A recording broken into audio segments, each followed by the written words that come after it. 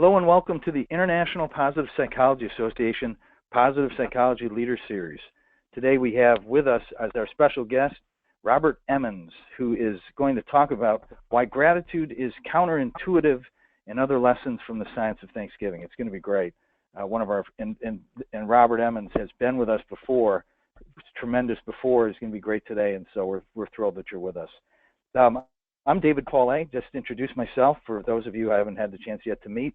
I'm the founder and host of this series, and I'm also an author and an executive coach. But I wanted to say at this point in time, we're at the end of the year. Robert Emmons is going to be our last presenter. So I just want to say thank you, first of all, to all of our presenters, Robert included, Barbara Fredrickson, Barry Schwartz, Fred Luthens, Chiara Ruini, Angela Duckworth, Tayyab Rashid, Dr. Keltner, George Valiant, and then Robert Emmons today. Just as you can hear, just a great lineup of folks who presented. And that's what this whole series is about, is to get you up front and close with the top leaders in the field so that you can ask your questions and get the latest research and thoughts. And so that's why we're really glad you're here. So having said that, we're grateful for the membership and we're grateful for your participation. Some of you are here very early in the morning, late at night, midday, at work. So just in the spirit of Thanksgiving, we're going to give away two books. You see two books on the screen there that I wrote, The Law of the Garbage Truck and The Three Promises. We're going to give away two of The Law of the Garbage Truck. It's published in 13 languages. So here's the question. Two questions. You're going to want to answer using your control panel for posing questions or using that to answer the questions. And the first two people that respond to one of or both of these questions will win the prize, a signed book. We'll get it out to you. The first question is, who was the very first presenter, and this series has been going on for almost 10 years, who was the very first presenter in the series? So that's the first question. You may have to go back in the archives to think about that one. And then the second one is, name 2 to 3 presenters who are outside of North America, who've joined us before but who were from outside of North America. So the first question is, who was the first presenter in the series, and 2 to 3 presenters in our history who are from outside North America. Awesome. So we thank you for participating. I want to point you to next year, 2017. We've got some great guests coming out. Felicia Huppert from the United Kingdom will be talking about mindfulness and compassion. Lee Waters is going to be talking about positive parenting. We have a whole bunch of other fantastic guests lined up in the celebration of our 10th anniversary. And so also know it's a fun way of staying connected to positive psychology before the big Congress this summer in Montreal, which is just going to be great. So thank you so much for being with us. Recording of this webinar is going to be posted to our website, and it will only be available to our members. And again, that's a benefit of being a member of IPA. And that is, you get access to all the archives of everything, the archive of all of the presentations over the course of the last 9 years. And you can ask questions at any time during the webinar today. Just use your webinar control panel to pose your questions. Let us know where you're calling, where you're connecting to us from. We'd love to know who you are and where you're from, and then ask your question. And we'll, at the end of the presentation, we'll be asking those questions of Dr. Robert Emmons. And also just stay on when you are, during the question and answer period, we're going to give away a copy of the Little Book of Gratitude, the latest book by Dr. Emmons. So stay tuned for that. That's the book you really want. So without further delay, let me introduce our guest. It's just a pleasure to introduce him. He's really, I'll tell you, just a good person, in addition to being an incredible researcher and writer and practitioner.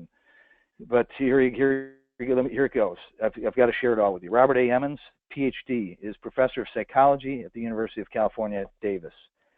He is the author of over, check this out, 200 original publications in peer-reviewed journals or chapters, and has written or edited 8 books, including The Psychology of Ultimate Concerns, The Psychology of Gratitude, Thanks, How Practicing Gratitude Can Make You Happier, Gratitude Works, a 21-day program for creating emotional prosperity, The Little Book of Gratitude, which I happen to have in my hand right now. The other books are on my shelf. Robert Emmons is a leader in the positive psychology movement, Dr. Emmons is the founding editor and editor-in-chief of the Journal of Positive Psychology. His research focuses on the psychology of gratitude and thankfulness in both adults and youth, and also include the psychology and spirituality of joy and grace as they relate to human flourishing. Professor Emmons speaks regularly at medical and psychological conferences, churches, and public events, and of course speaks with us in our series. That should be the number one thing on the list right there. Dr. Emmons has received research funding from the National Institute of Mental Health, the John M. Templeton Foundation, and the National Institute for Disability Research and Rehabilitation. His research has been featured in dozens of popular media outlets around the world, and as I said, he is a great husband, father, and overall one of the nicest men that I know. We're pleased to have him as a leader in our field, and sure glad to have him back with us. Say hello to Robert Emmons. Bob, welcome back. Thank you, David. Very, very generous introduction. Thank you so much for that, and it's great to be here. I've been so excited about today, really looking forward to this ever since you gave me the invitation a few months ago. Yeah, thanks for taking it and coming back, and really appreciate it. You know, it was really a challenge for me to prepare this because I know that everyone listening, everyone who's going to listen to this, is very savvy already about the science and practice of gratitude. I mean, people wouldn't be participating in this if they weren't already knowledgeable about the topic. So I started thinking, you know, what can I really convey or communicate today? There's not much more I think I can teach folks with respect to what gratitude is. So typically what I do is, you know, I talk about the nature of gratitude, what it is, why it matters, how to get more of it, the practices and the science. And I know a lot of people are very familiar with that already, but I have done quite a bit of thinking more recently about just the nature of gratitude, not so much trying to pile up all the findings, because there's a lot of studies out there, and the science is rapidly growing and rapidly accelerating. It's too much to keep up on. I mean, years ago, a person could actually keep up on it all, but it's just really been exploding now. And so that's hard to do, but it also causes me just to think a little bit more deeply about what gratitude is and what do we mean by it, you know, and how do we distinguish it from some other related concepts. And that's the sort of thing I thought maybe I would chat a little bit about today, and maybe share some thoughts that inspired me to write this new book, The Little Book of Gratitude, that you mentioned, David, that came out a couple of months ago. Yeah. And, you know, my message has really been the same for a number of years now, and that simply could be summed up in two words, and that is that gratitude works, right? And so I often start my talks that way, and I say, well, I just have two words for you, boom, and that's it. But I have a lot to say about those two words, so let's get right to it. I do want to start, though, with a little, forwarding the slide there, a little warm-up exercise. I find it's very good to stretch ourselves a little bit psychologically, just to get into that proper frame of mind when we talk about gratitude, because gratitude can be very, very abstract sometimes, you know, very propositional, and I like to get very practical. So this is a picture of a golfer, and, you know, he's not in the best shape physically. You can see he's a little overweight, and he smokes a cigar, and so on, but he's very flexible. He has a stretching regimen. It's actually kind of fun to watch. I noticed on YouTube that him doing this has got like 500,000 views. Anyway, and he has a cigar in his hand the whole time, and golf clubs in the other as he's stretching or getting flexible. His shape serves him well, and so we need to be in our best gratitude shape before gratefulness or gratitude is going to serve us well. So here's the exercise. Stay right where you're at. You don't have to get up and down. You just sit right there, but just think about, dwell on a recent experience. Something good has happened to you or has come to you as a result of another person's actions.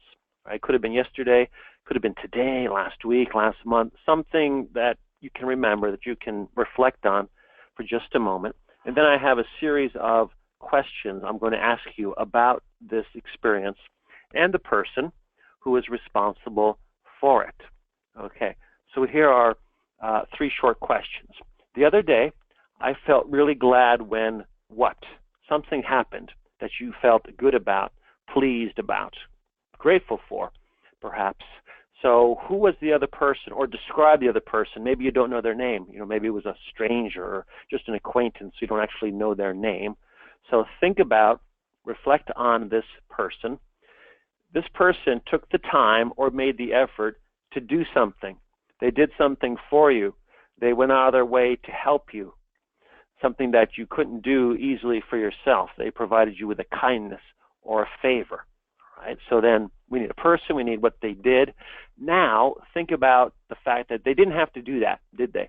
They could have done something else. I know that this person could have done something else, maybe out of their own self-interest, but instead they chose to help me, to be kind to me, to favor me. Okay, so that's the basic. There's more questions, but I think this is sufficient. So just think about that person and dwell on that person. I think it's very helpful when we talk about gratitude to get an idea of really what it looks like, on the ground, what it looks like, what it feels like.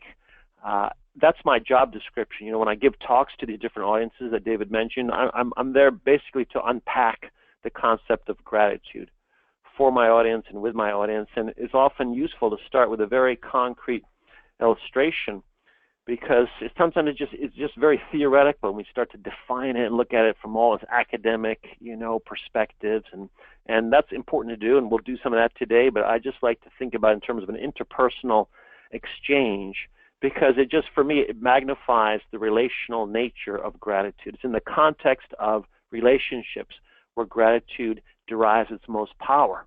And for me personally, I'll tell you, it's undoubtedly the sphere of gratitude where I need the most help. I can think very abstractly and be grateful about stuff happening, in the world that's good, or benefits that I have, or just be grateful to be able to talk to people about gratitude. But when it comes down to it, the reality is on the ground, relationally, interpersonally, I don't always remember to express gratitude. So this kind of exercise is very useful for that reason alone. Okay, so keep that in mind. This is an exercise. Actually, I use this as the opening for the little book of gratitude, which David not only kindly introduced when he mentioned me, but also wrote a wonderful endorsement for that appears on the Amazon page of the little book of gratitude. So when you guys go to Amazon to buy lots of copies for your friends and family for the holidays, you'll see David's endorsement. Basically, it's called the Little Book. It's really a tiny book of gratitude. It's like less than 100 pages, very small pages. But I wrote it because I realized, even though I had written some other books on gratitude, there was more that needed to be said, that we hadn't told the whole story yet. And this book is really fun because it's highly illustrated. And I just had one page that I took a picture of and stuck on it just to show you that all the ideas and concepts that are in the book are mine, but none of the illustrations are. I can't take any credit for those. The publisher who produced this book out of the UK, it's Gaia Books. Gaia Books is an imprint of Octopus Publishing, which is part of the Hachette Publishing Corporation. Anyway, they have their own in-house illustrator, and they specialize in these little books on different themes that we would recognize as being part of positive psychology. So they published the Little Book of Mindfulness a couple of years ago. And so this book, the editor who commissioned my book told me that the Little Book of Mindfulness, get this, sold 50,000 copies just in the UK, and that's a very small market. And they said to me, we want you to write the Little Book of Gratitude. We think it could be a good book, and you're the right person to do it. And I agreed with them on both of those accounts. And so within a couple of months, produced this book. And so it was fun to write.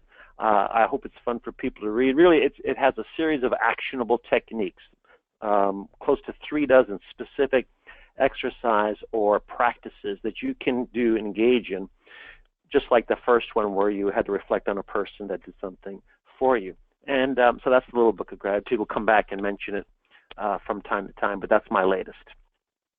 Okay, as David mentioned, I spoke before in this series, and I think it was about 4 years ago, 2012. And actually, before got on the line with you guys, I looked back at that presentation, and there's absolutely no overlap in the content. In just over 4 years, that there's been so much growth and such an explosion of research in the last few years that things have really changed quite a bit. There's really a renaissance going on when it comes to the science of gratitude. I mean, we're learning more and more all of the time. In fact, there's been more studies published just in the last 6 years. So you see on this figure that broken down into 5-year epochs, there's been more studies from 2010 to the present than in the previous 50 years. I mean, so it's really amazing. And that's in PubMed. That's just in the medical literature, not even looking at the psychological literature, but the figure looks very similar. So we're learning more and more all the time. And I'm not going to review all that. That's out there, and a lot of you guys already know some of the major findings, the ways in which gratitude heals, energizes, and transforms lives, which is my tagline that I use.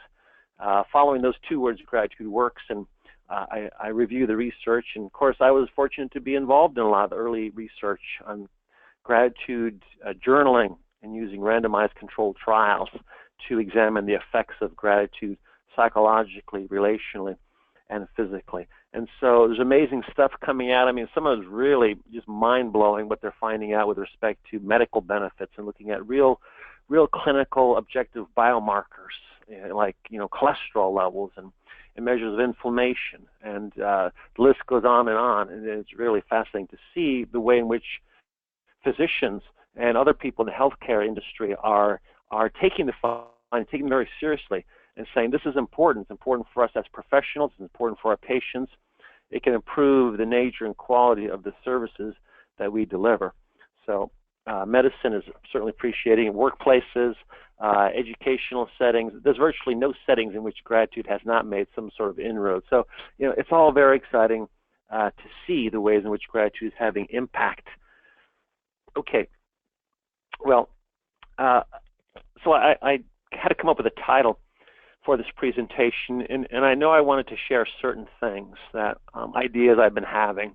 As I put together the little book of gratitude, I wanted to include some things in there that I've been thinking about and talking about, including in my presentations. And it's just helpful for me to think about the nature of gratitude, what it is, and how to differ from other things. And I also find that there are some frequently asked questions that I get, whether I give presentations or I do interviews for journalists, and they'll often come down to asking the similar sort of questions. So I want to mention a couple of those today. I have 2 or 3 what I call surprising or counterintuitive findings, and I've written more about those in the past. But also there's some frequently asked questions that may be questions you guys have right now that we could anticipate and try to answer those as well. So first of those 3, the first one is that language matters. I've really come to appreciate that more and more as I study gratitude, that gratitude is not gratitude is not gratitude. That is, there are differences in, we use words like appreciation. We use words like thankfulness and gratefulness. And there are some distinctions between those that can make a difference and often do. One of the most frequently asked questions I get is, tell me about appreciation. They say, isn't appreciation the same thing as gratitude? Well, it's actually not. Right? Appreciation is when you acknowledge the value of something. Right? It could be a person, an event, an object. You have a positive emotional connection to it. You realize that it's valuable. Right? To appreciate is to see the worth in something. That's not the same thing as gratitude. Right? Now, gratitude could be an aspect of appreciation, but gratitude is different from appreciation. How is it different, you ask? Well, there was a couple of events which recently occurred which got me thinking about making some of these distinctions between related terms, the terms that we use interchangeably: thankfulness, gratefulness, appreciation. So a friend of mine posted this on his Facebook page around Thanksgiving. He wanted to show that, according to analysis of word clouds, thousands and thousands of, people's uses of these different terms, what are people grateful for? What are people thankful for? Say, well, we can learn something about gratitude, the nature of gratitude, if we look at these sorts of, displays. And you've all seen these sorts of word clouds based on the frequency of different topics or themes.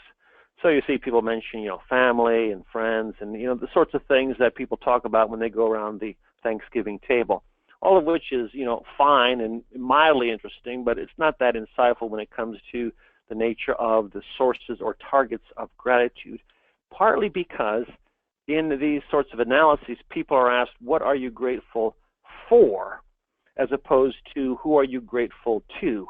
And I think that makes a big difference. And that's why the illustration that we began with, that little exercise, was about gratitude to someone, not being grateful for something. Now, I'm going to unpack that a little bit more with you. Long before there was the little book of gratitude, there was the big book of gratitude, which was an edited book that my colleague Mike McCullough and I put together. It was published about a dozen years ago by Oxford, and it was an edited collection of chapters from people from different disciplines who examined gratitude from a variety of vantage points, ranging from political science all the way to monkey science, which is primatology, in other fields, theology, philosophy, developmental psychology, and so on. Anyway, the final chapter in this book, I know some of you have seen it, the book was entitled Gratitude as Thankfulness and as Gratefulness, where the author made a distinction between these two terms and said these are two different, psychologically and linguistically different designations for two distinct modes of gratitude.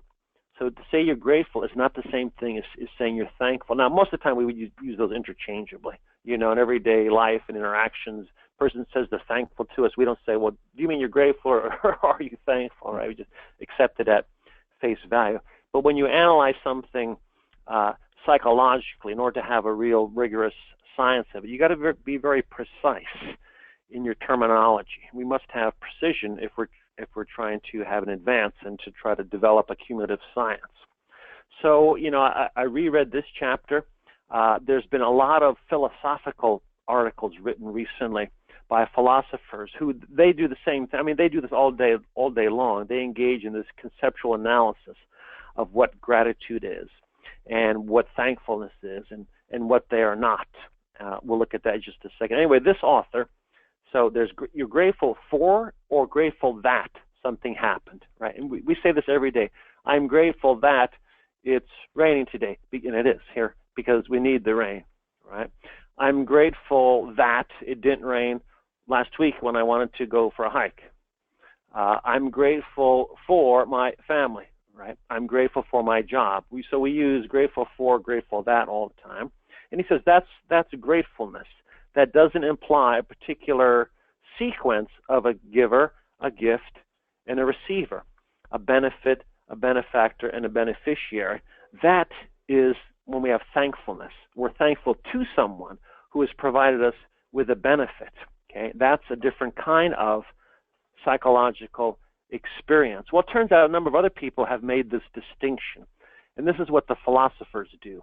Okay, so the philosophers, they kind of make life difficult for the rest of us, by really forcing us to define our terms. They also disagree. They make life difficult for each other because they disagree a lot.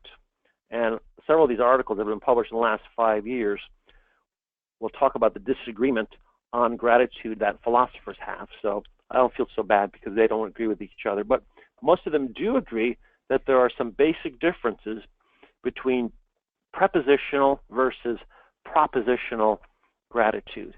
That gratitude to, which is the prepositional, and gratitude for is a fundamentally different concept. Gratitude for would be the propositional. So here's some ways in which the differences could be described.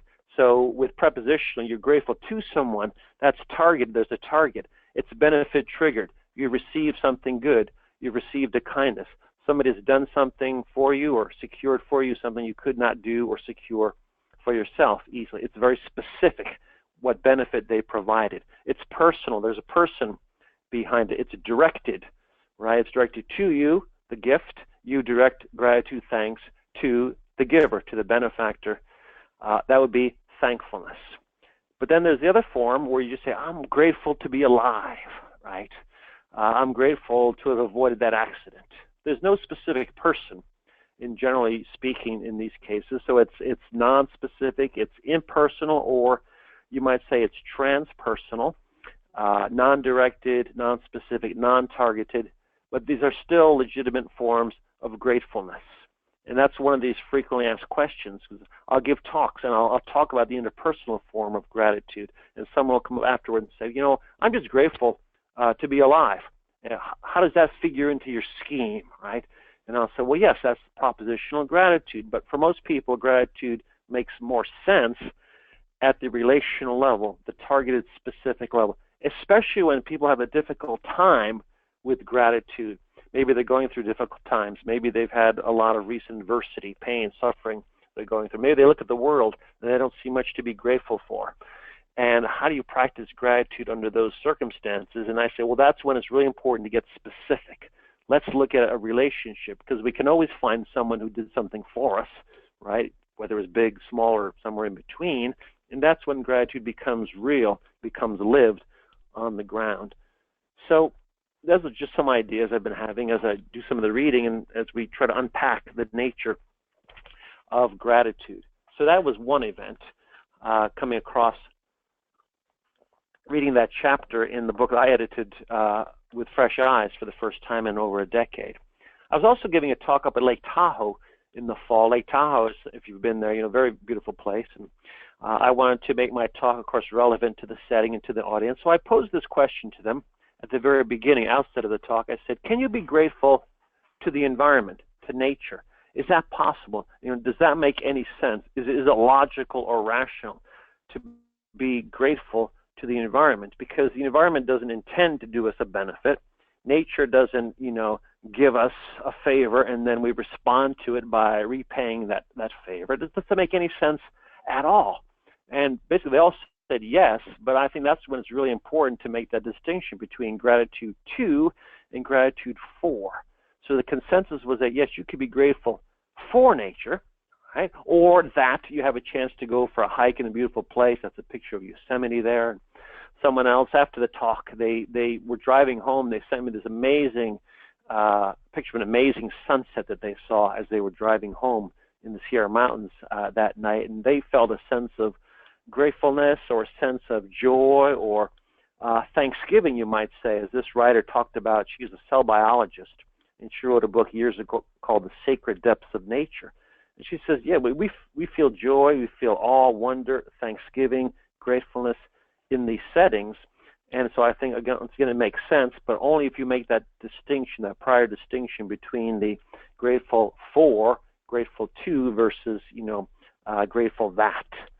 So anyway, you may or may not be interested in these distinctions. I think they're potentially very, very interesting and potentially important when we link gratitude with something like generosity or giving back. Usually that occurs in the context of the relational, targeted gratitude more so than in the generalized form of gratefulness. Well, let's continue that idea with respect to language.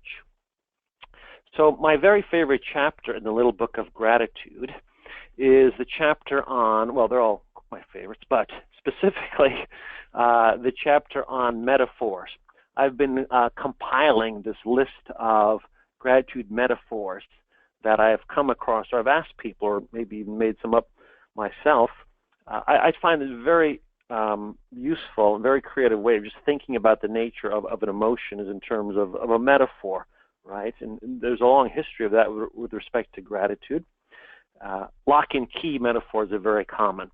So gratitude has been referred to as the key that opens all doors, or it's something that unlocks the fullness of life, the key to abundance, prosperity, and fulfillment. I mean, great things have been said about gratitude, usually using metaphorical language. That now we've been able to test some of those ideas, showing that it does deliver on its promise and on its potential. But I like the metaphors. It's just a nice way of making ideas come alive, and creating greater depth of meaning. And so I've assembled some of these and described them in the chapter, and the illustrator put in nice pictures for each of those. For example, the fabric of our lives, number 4, because gratitude connects us to other people. It's the thread that stitches us together. And so it used to be said, there was a famous commercial back in the day about cotton, cotton garments, cotton fabrics. Cotton is the fabric of our lives, but it turns out they were wrong. It's actually gratitude. The universal currency that we can never go bankrupt by spending, I think is a really nice metaphor that captures the notion that gratitude really is a universal quality, because giving, receiving, repaying benefits is part of what it means to be a human being. That gratitude is a built-in part of our operating system. It's not an app that we can just tack on to the rest of our lives, but it's part of our factory-installed equipment. The ultimate performance, well, I'm not going to read them all. You can see that just a lot of ideas, and sometimes I actually ask people to come up with these. It's kind of a nice group activity to do in a workshop. I'll say, okay, here are some metaphors. Now you at your table, you come up with a gratitude metaphor, and we're going to add it to the list. So I actually got number 5 there from a session where I spoke at Southwest Airlines last November, about a year ago. We did an exercise during the workshop, and one table came up with gratitude is gifted, not scripted, which is nice because we think about saying thank you as just part of a script. It's just part of formality or good manners. And they say, no, it's gifted. It comes as a gift, not as something that you just do as a rote exercise because there's a script, because you're supposed to do that. Anyway, so that's just more ways in which language matters. The words we use make a difference when it comes to expressing gratefulness. They actually did an experiment where they showed that when people were thankful but used the words gratitude, their gratefulness packed more punch to it.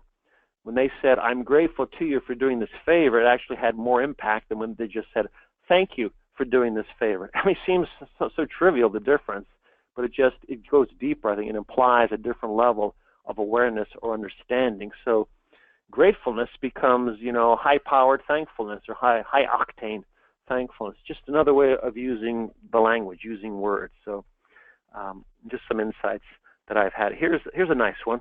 I came across this after I had written the book, but I like it. Gratitude is the music of the heart when its chords are swept by the breeze of kindness. Especially to a musician, that's going to have a lot of resonance because that's how they process the world. That's how they think about things. So again, think of your own gratitude metaphor. How do you like to convey the essence, the power, the reality of gratefulness? One of the questions I often get also is, what are grateful people like? What does gratitude look like? A life lived out of gratitude, what does it resemble? How do grateful people differ from less grateful individuals? And it turns out that grateful people, they just use words differently. They use language differently. They traffic in the language of thankfulness. They use terms like abundance and blessings and blessed and fortunate and gifts, and focus on what they've been given, whereas those less grateful use terms like burdens and deprivations and unfortunate or unlucky. They tend to look at life through a lens of scarcity as opposed to a lens of abundance. Gratitude is simply a way of seeing. It's a way of seeing that alters our gaze. And so this is just two fundamental differences that, whether we're aware of it or not, we look at life one of these two ways. And it's an oversimplification for sure, but it also is something that at one level, captures a very important truth about the nature of gratefulness and gratitude, that on the one hand, it can be very freeing when we look at life through this lens of abundance, what life is offering, affirming goodness that we've received, realizing that it came to us quite apart from anything that we did to get it. That's amazing when you realize it, versus seeing life more as a burden, or what I'm owed as opposed to what I've been given. And you see a couple of images I just stuck in there because on the one hand, it seems that life is very heavy and oppressive when you look at life through the lens on the right, but when you look at life through the lens on the left, life becomes much lighter, easier, fuller, freer. And that's where gratitude, I think, has its power. And I'm asked, another one of these frequently asked questions is, why does gratitude work? Basically, what is the one mechanism? People want to boil it down to one thing, which is always risky. But if I had to answer that question, I would say it's just freeing. It just frees us up to know that other people are doing stuff for us, that are looking out for us, that it's not all riding on us. That's a lot of pressure. That's a burden. So when we look at life the other way, life is very liberating and freeing, and that's a great place to be at. Anyway, okay, moving right along, I do want to save time for questions here. Second counterintuitive finding is that giving, not receiving, mobilizes gratitude. It mobilizes helpfulness.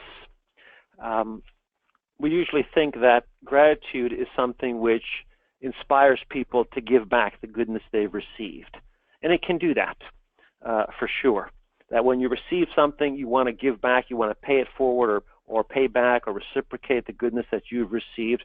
Well, this was a very interesting study because they actually looked at the difference between focusing on what you'd received versus what you had given with respect to what led to greater helpfulness. This was a study by Adam Grant, and I think it was Jane Dutton was his colleague in this research study, and you're familiar, Adam Grant, in the field of positive psychology, particularly in businesses and workplace settings, asked people in this experiment to donate a portion of money to relief efforts for a big earthquake and tsunami in Japan. I think this was in 2010 or 2011. The study was published in 2012.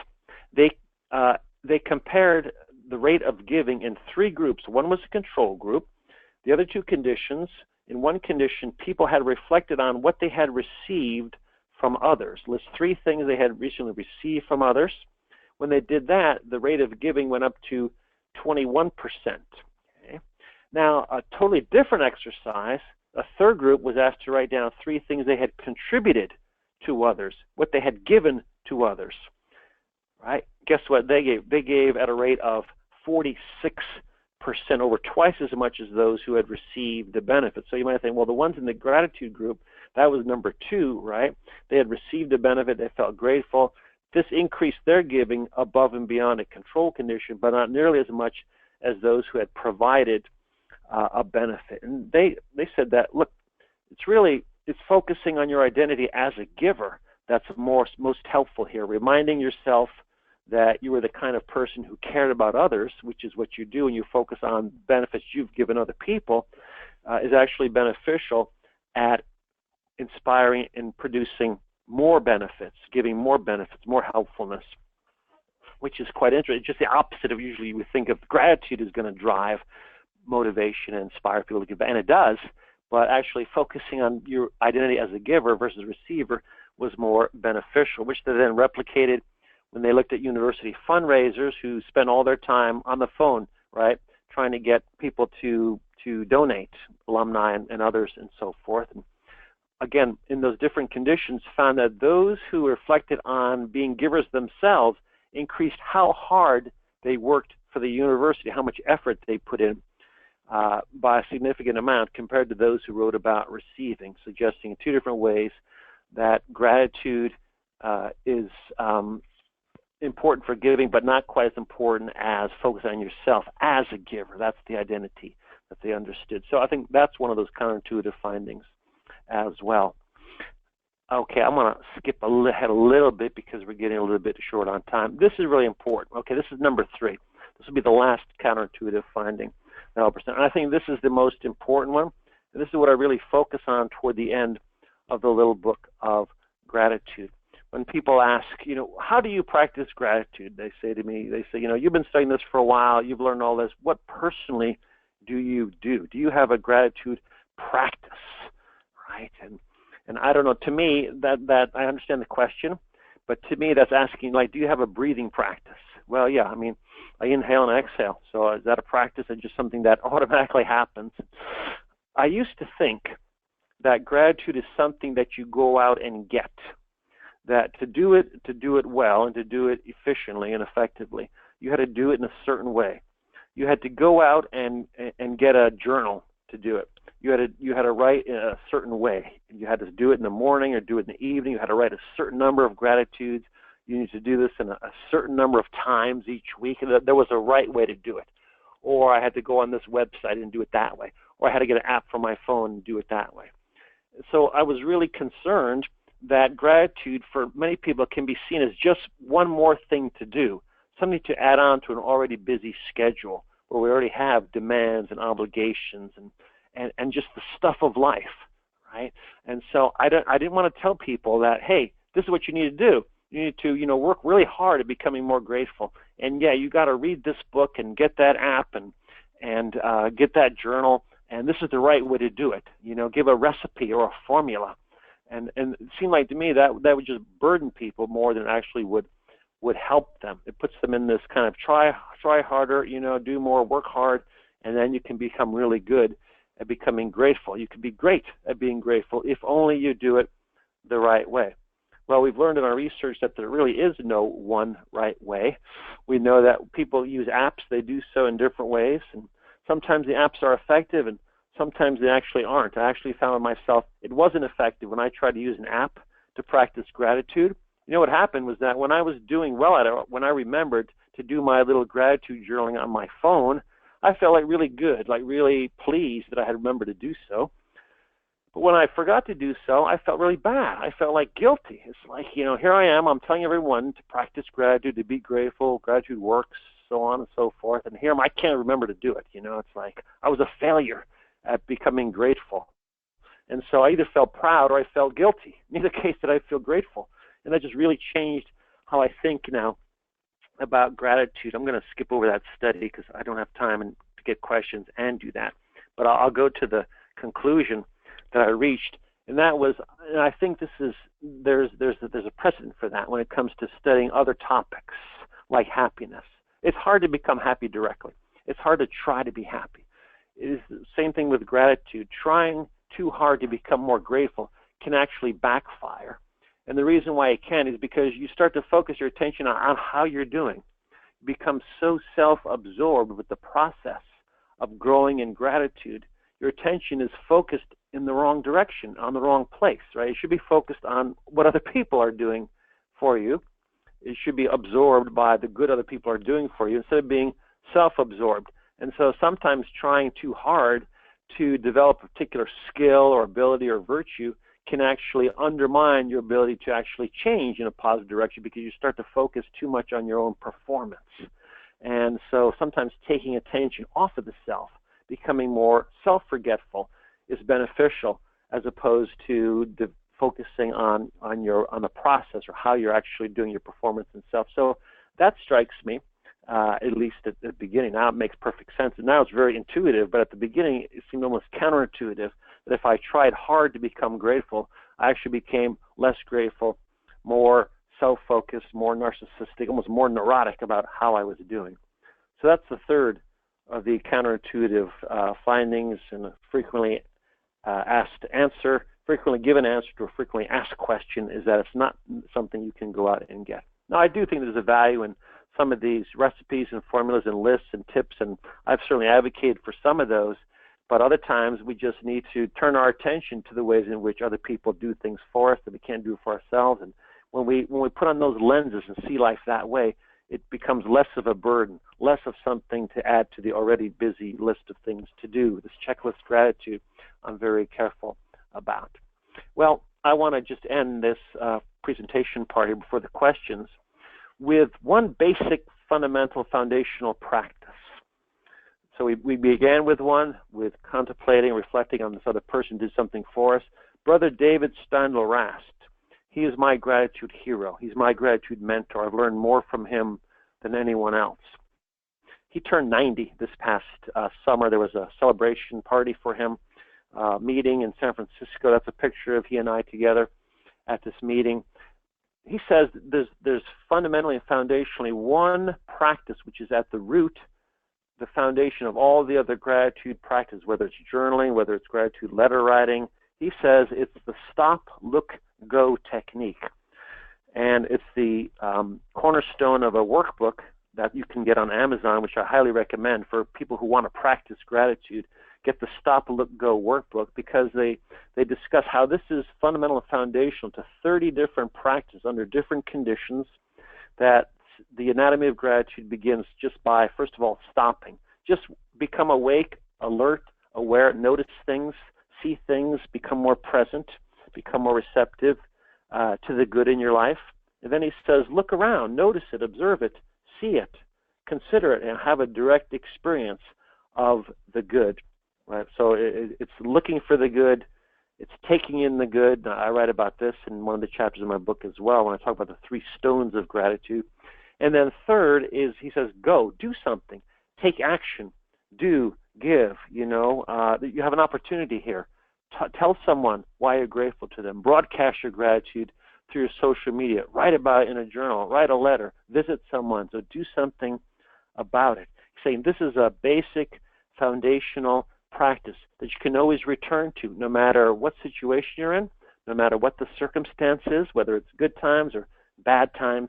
He says it all begins with this 3-step process, a simple recipe, he says, for a joyful day. So that's Brother David's recipe. So that's simple without adding something very, burdensome onto an already busy to-do list schedule that you might have. So I think that's where I like to end the formal presentation here. I think we have lots of time for questions, about 10 minutes or so or longer. Yeah, we do. In fact, we've had some requests that just said if we could stay even a couple minutes after. I said I'll twist Bob's arm and absolutely. Yeah. Okay. So we definitely stay as long as you want to stay. No, you're a good man, and we are grateful. We are grateful. Just in a fun way, as we get started with questions. Thank you already for the questions people have submitted. Just to remind you, as you are listening, there's a chance to ask right directly to the preeminent researcher in the world on gratitude, Dr. Emmons, a question. Just use the question on the webinar control panel. There is a questions portion there, and you can just type your question in there. But I wanted to tell you, the question we're going to ask you right now is the first person, this is who's going to get a copy of the Little Book of Gratitude. Now, the first person who can write the word gratitude in another language is the winner of the prize. And people are already coming back with that. So, good stuff. You should make it in Russian or something a little bit more challenging. Yeah, that's true. Yeah, exactly. So, but I have to say real quick about the book. It's really terrific, and for the holidays, it really fits in your back pocket. I just took it to my daughter's middle school and had it in my back pocket. And someone said, "What's that?" And I pulled it right out and told them. So. Great. No, I appreciate that. Yeah, and it's just really fun. I mean, the illustrations really make it, I think, and the ideas are very practical. Yeah, absolutely. So here's a number of questions. One is just if you could talk about the impact of gratitude on our physical health. The question is just, if you could talk about a little bit more about that. For sure. I mean, gratitude is good medicine. What we're learning, what we're finding, is just almost on a weekly basis. There's new studies coming out. Looking, I mean, the early stages. Basically, there was a couple of different generations of research. So initially, we found that gratitude subjectively made people feel better, more energetic, bothered less by everyday aches and pains. They went to the doctor less often. They took better care of their health. They reported exercising more, sleeping better, so health behaviors. Now, and what we have is the second generation of research. We have people out there examining the real clinical biomarkers, things like inflammation, things like cholesterol levels, things like stress hormones, right? And looking at people with specific chronic illnesses, whether it's heart disease, whether 2 studies on cancer patients were just published, like at the end of the summer, one on women with breast cancer, one on women with cervical cancer, looking at gratitude as improving quality of life.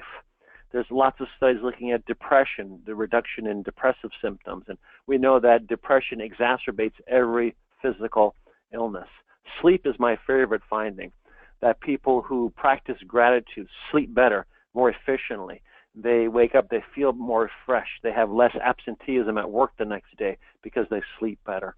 I mean, dozens of findings. If the person who has the question wants to email me later on, I actually have a list of gratitude and health data points that I'm happy to send out.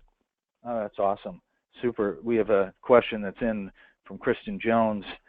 Just said, Dr. Emmons, do you see a place for gratitude work with patients with post-traumatic stress disorder, PTSD? Yeah, that's another finding. In fact, in terms of stress, both resilience in terms of reduction in future episodes of traumatic reactions to stress, as well as what I call the minor stress, the slow drip of everyday stress. There's studies showing that both trait gratitude and the practice of gratitude helps people recover from traumatic stress. When people process an event gratefully, even a loss or significant time of suffering, when they're able to write about it through a grateful lens, when they can focus on what benefits have emerged because of it, or how they become strengthened or look at life differently now, they achieve more emotional closure about the event. They're bothered less by ruminations about the event. So there's very good studies on grateful processing of traumatic events. So gratitude as a strength, as a psychological immune concept, is actually very beneficial for people dealing with all kinds of stress, both the big stress, as you mentioned, the traumatic stress, as well as the smaller, little stress of everyday life. That's awesome. I'm on the edge of my seat because I love positive psychology, of course, but one of my favorite areas is gratitude. So it's going to be hard to hang up with you, Bob. We've got a question in from David Karn. He says, does gratitude act as a halo effect in terms of how others perceive grateful people? Do we find grateful people more attractive? Yes, oh, definitely. I mean, that was one of the first things we studied, because we wanted to go beyond what people were saying about themselves, as important as that is, that people reported, up to 20% more joy, a greater levels of positive emotions. They themselves said that they became less lonely, felt less isolated, less alienated from other people. So their relations were improving, their mental health was improving. But we wanted to get the word of others. We wanted to ask people who knew these participants well, so spouses and family members and roommates. So they provided reports on these individuals, and they noticed the change as well. So they were rated as becoming happier, healthier, more helpful, more generous, and they would say to us and write in on their questionnaires, I don't know what you did to, Ralph here, but I sure like him better now. So the differences were manifested in what people had noticed in the behavior. So sure, I mean, would you rather hang out with an ingrate or a grateful person, right? I mean, ingratitude is one of the worst accusations you can make about someone else. So gratefulness, in fact, is one of the most desirable characteristics that people list as something they would like to have in a close friend.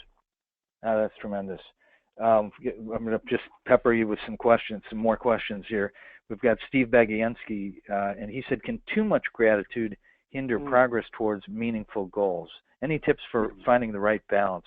Can you overdo gratitude? Yeah, that's a question. That's one of those.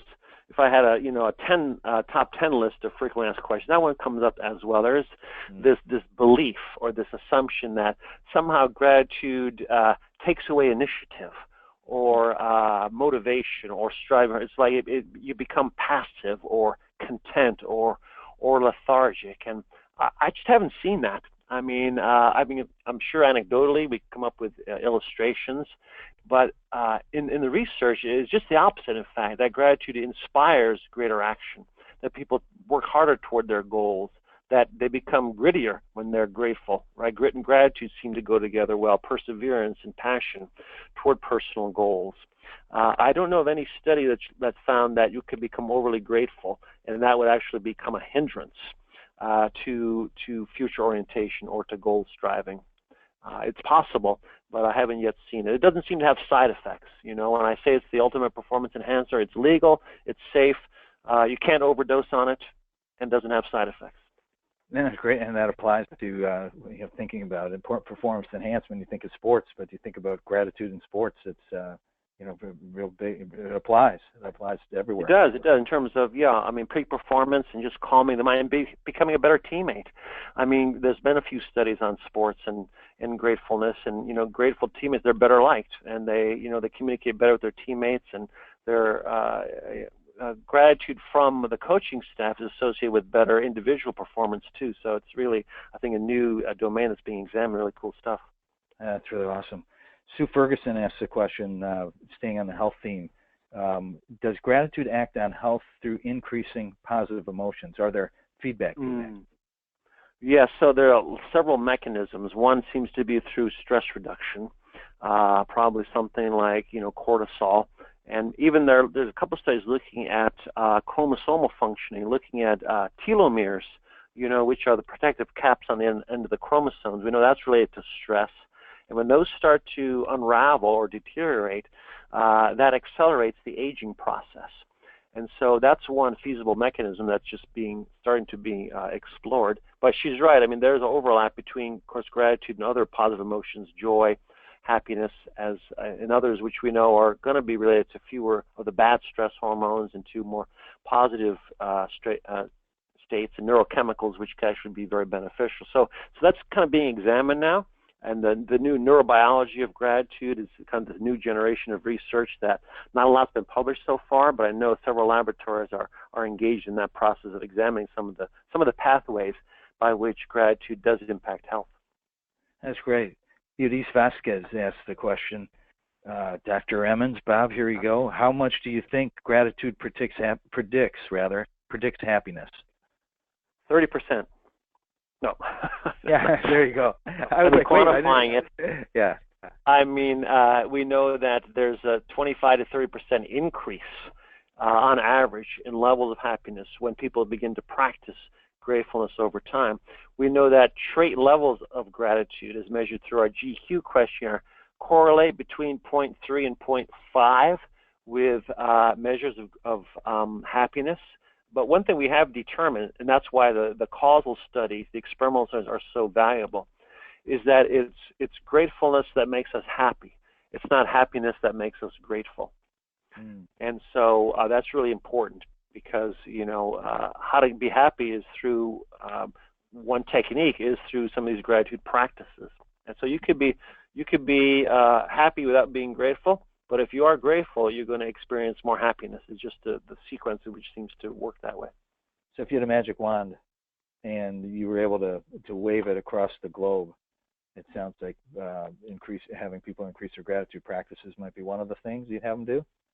It'd be one of the things for sure. I mean, it's one of the things that's most accessible to people. The one slide I skipped over was the one about what happy people do every day, the list of these 8 things. And the first thing on the list was practice gratitude. They expressed gratitude to their loved ones on a daily basis. It's just so fundamental, so foundational, and so easy to do. It's accessible to everyone.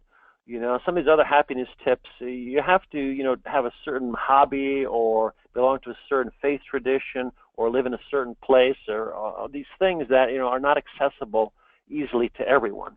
But gratitude is something you can always practice. You're never too old, too young, too rich, too poor, to practice gratefulness. And I think that accounts for a lot of its power. That's tremendous. There's another question, and by the way, I want to thank everyone. If you're still with us, we're grateful. And as you heard earlier, Bob said that he'd stay with us a few more minutes for some additional questions because of the interest here from all of you. So if you have to leave, we thank you for joining us. It's really a pleasure. It's been a great year with the series. We're looking forward to having you next year. If you're really taking this all in and you're ready for a few more questions, then stick with us. We've got a few more questions we're going to ask Dr. Emmons. And then we'll conclude and let people know who the winner of the book was. The question, Bob, is this is about people, what to do when people have trouble feeling grateful and then they feel guilty about their failure to be grateful. Yeah, that's I think that's when it's really good to get very concrete in doing something very specific. Because we can focus it on this at this meta level, right? About I should be grateful, like I've got all these wonderful, benefits, family, health, job, but dang it, I just don't feel it. So I think first of all, I mean that's one way is to get very specific. Okay, think about a person who did something for you, or think about who's making your life easier. There's always someone you can find, right? You may not even see the person, but they're behind the scenes and they're doing stuff for you, and that's a very quick way to inject some gratitude into your life. And then I think it's always important to remember there's a difference between the feeling of gratitude, feeling state, and then the attitude of gratefulness. We don't always feel like, expressing or feel like the emotion of gratefulness, especially in difficult times. But yet we can choose to look at life through this grateful lens, look at the opportunity in this situation. Life sucks, or this is bad, or the person I wanted to get elected didn't, or, you can make a long list of the ills, But you could say, well, I'm going to choose to see this as an opportunity despite what's going on there. I can have this, what I call defiant gratitude in spite of the circumstances. And that can be very, very powerful and a part of resilience too, because then you realize that there's nothing that can happen that can, move you away from that position of having this attitude of gratefulness, quite apart from the feelings, because we don't have much control over our feelings, but we do have control over the attitude. So I'd say either get specific or separate the feeling from the attitude of gratefulness, and that can be helpful, both of those. Wow, this is I'm feeling the energy, by the way, Bob, from the questions that are coming in comments. People are just we're talking about the science, and that's what's exciting about positive psychology. But we're also talking about what's very practical in our lives. That's right. And just how it impacts all of our relationships and just the way we experience our own lives. So another question from Ida Fresheraki is, you got a question around the correlation between meditation and gratefulness. Is there a positive correlation? Yes. Well, I would want to know a little bit more about that. So meditation meditation means a lot of different things. So as a spiritual practice, we know that gratitude is part of spiritual traditions all around the world and have been since those traditions have begun. And that's another one of those frequently asked questions. What's the link to like religion or spirituality or spiritual practice? And of course, it's very strong that the text teaching traditions of every tradition says that gratitude is a desirable quality to cultivate. None of them say that it's good to be ungrateful or have prayers for ingratitude or how to meditate to be less grateful. So yeah, they clearly go together. A lot of these exercises are really forms of meditation. When you think about it, you're reflecting, or you're becoming aware, becoming more open to your experience of blessings or affirmations in your life. So, mindfulness meditation, I think, is similar to the degree to which it causes you to stop, pause, focus, or to do what Brother David says, the stop, look, go technique. That in of itself is a form of meditation that can make those things we normally take for granted appear as much closer to us, right? They become more real. We start to take them as granted as opposed to for granted. So meditation, again, that's a good question, but it means so many different things. It's hard to answer specifically. But yes, from both a spiritual as well as, I think, a secular perspective, meditation is one very reliable way of cultivating gratefulness. Oh, that's great. We're coming in on our final questions. One question is, many of our members, including myself, are coaches, and so we use many use the values in action, the VIA strengths assessment, which gratitude is one of the 24, and the research that I think you referenced, Bob, is that it's the number one predictor of those 24 strengths about happiness. Yes. So the question is, when our clients get those results and they look and they go, wow, gratitude's in my top 5, holy smokes, I'm locked in for happiness. What do we say to those folks who are 23 and 24 or 22 or 19 and it's lower on the list?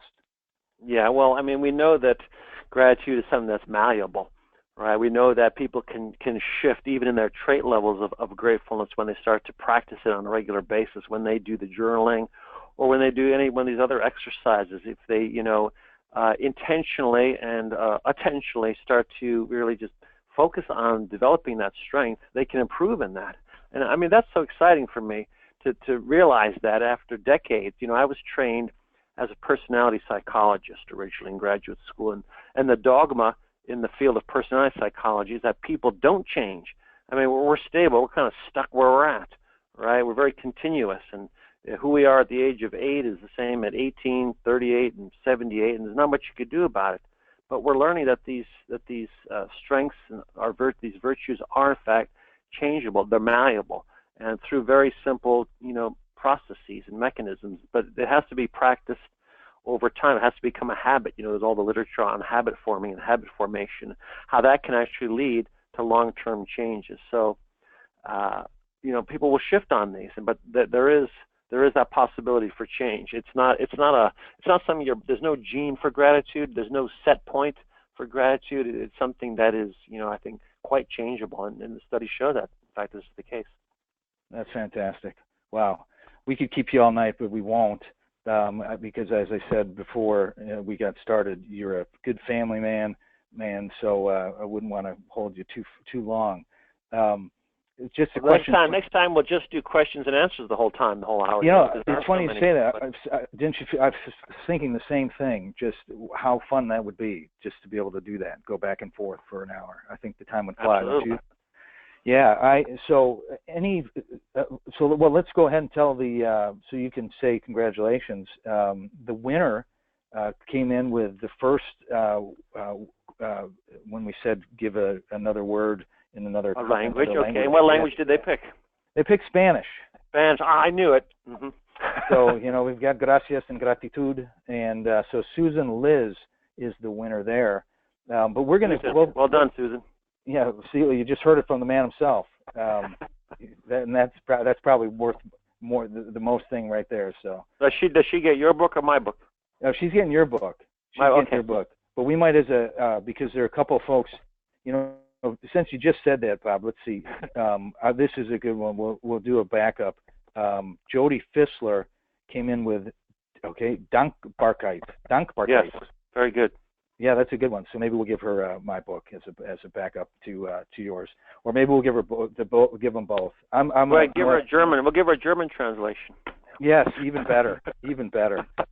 So I'll tell you, look, gratefulness. Being talking about gratitude makes you feel good, and look at the fun we're having. So I just want to tell you again, Bob, as we're closing, thank you for joining us, but more importantly, thank you for everything you do in the field of positive psychology, generally with the Journal of Positive Psychology, with your leadership, and then in particular, thank you for your great work around gratitude. You've opened the door for a lot of us to better lives and very rewarding careers. So thank you. Thank you for that. You're always so gracious, and I always appreciate the kind words and the encouragement, and you're a great friend and a great colleague, and it's been a great hour. It's really been a privilege to be able to communicate with you over there and talk to so many people who are helping spread the word about gratitude, and we need all of them to, get on board and do what they can. I'm just one person, but we need everyone to spread the word in their own environments and workplaces and homes and neighborhoods, and we can improve a lot through gratefulness.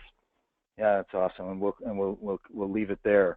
And I'll just say, in the spirit of gratitude, I want to thank our executive director, James Pawelski, for everything he does as a volunteer. I don't know that everyone really realizes that. James is a volunteer executive director. He's been doing that for 10 years. Our president, Barbara Fredrickson, also volunteers her time. We're grateful for her support. The series wouldn't happen without James and without Barbara. Our producer of the series is Jenny Brennan, and she is fantastic. The work that she does behind the scenes to make this program successful is just extraordinary, and she volunteers her time. And then our technical and social media director, Sydney Rubin, once again volunteers her time and is just absolutely terrific, and worked very closely with Bob, as did Jenny, before this program began. So I'll conclude by just saying thank you again for joining us. Thank you for being a part of our year in the International Positive Psychology Association. Thank you for being a part of the series. I'm David J. Paulet. Wherever you are in the world, thank you for making a difference, and thank you for spreading gratitude all around the world. Have a great night, a great day, and all the best. Bye-bye.